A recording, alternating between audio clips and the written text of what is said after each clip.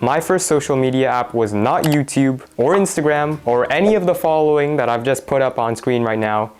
It was Lego Life, an innocent app that has an audience with a combined IQ of 6, which is the exact age of the average person that uses Lego Life. When I got this app, I was only a little older, at age 9. The only rules on this app are that you must post about Lego, you must not show your face, and you must get your posts approved by the moderators. One time I posted a picture that I drew of Season 9 Lloyd from Lego Ninjago, and it got rejected by the moderators. I don't know what isn't Lego about this, or what isn't Lego enough about this, but I have beef with the moderators. Lego Life often had these prompts to build things, like build your dream house. And under this prompt, I submitted a criminal hideout. And I got a comment from Emmett, probably a Lego employee, but at the time, I probably thought it was actually Emmett. So I was very glad to get that comment that said, great build.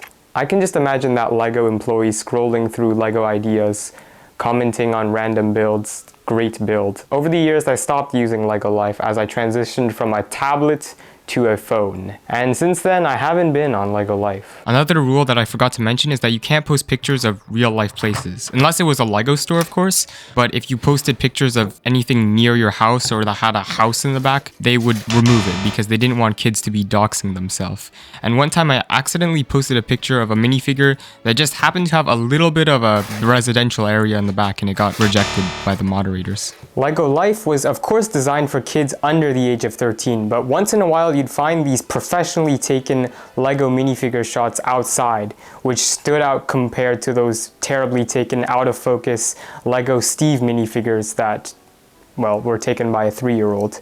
So these very professional looking images inspired me to take my own images that were not professional, but still outside.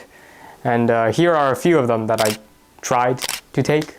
They're not professional. I was like 9 years old, but you know, I tried. The lighting's not great. I used a tablet, not a DSLR, but a professional camera. Didn't use a professional camera. I'm still wondering why these adults would want to be on Lego Life. Since it was a kids app, you were not allowed to comment any words. You were only allowed to use emojis because it would probably hurt people's feelings.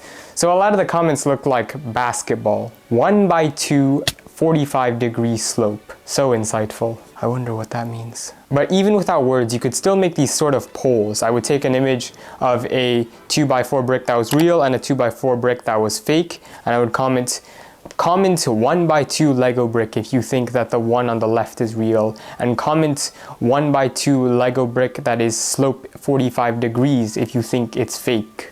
Nobody fell for it though. Everyone knew it was fake. Or real, was it? I'm not sure. I said the left one was real, right?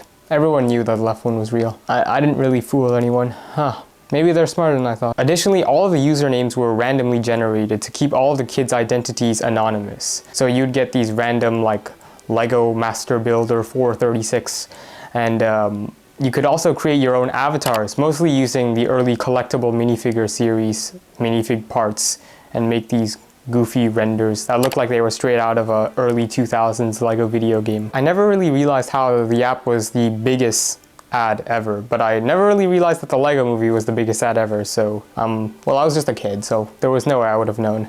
Now, I really wonder why Lego Play isn't advertised as much like it was with Lego Life. Maybe they realized that advertising to kids like this is unethical, but I highly doubt that, because if they did it once, they'd probably not mind doing it again. So maybe it's just because that Lego's goals and aims have shifted a little bit.